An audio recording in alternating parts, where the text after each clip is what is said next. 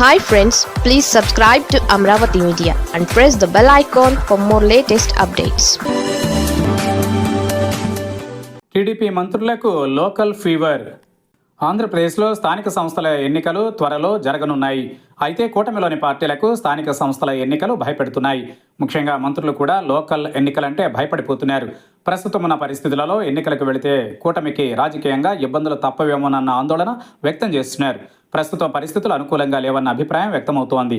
అనేక ప్రతికూల పరిస్థితుల మధ్య ఎన్నికలకు వెళితే ప్రజల నుంచి తమకు ఎక్కువ చోట్ల వ్యతిరేకత వస్తుందేమోనని భయపడుతున్నారు.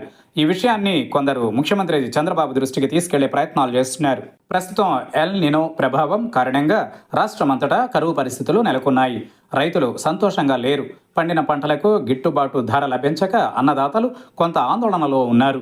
మరొక వైపు పశ్చిమాసియాలో యుద్ధ ప్రభావంతో నిత్యావసర వస్తువుల ధరలు పెరిగాయి. ప్రజల కొనుగోలు శక్తి కూడా పెరగకపోవడం, ధరలు పెరగడం, కూరగాయల ధరలు ఆకాశాన్ని అంటడం వంటివి లోకల్ ఎన్నికలపై ప్రభావం చూపే అవకాశం ఉందని, కొన్నాళ్లు పరిస్థితులు చక్కబడే వరకు వాయిదా వేసుకుంటే మంచిదని కొందరు సూచిస్తున్నారు.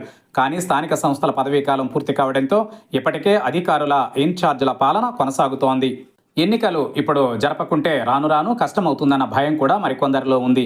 మరొక వైపు మేయర్, మున్సిపల్ చైర్మన్లను ప్రత్యక్ష ఎన్నికలను నిర్వహించాలని ముఖ్యమంత్రి చంద్రబాబు నిర్ణయించారు. అయితే దీనిపై కూడా కొందరు మంత్రులు అభ్యంతరం వ్యక్తం చేస్తున్నారు.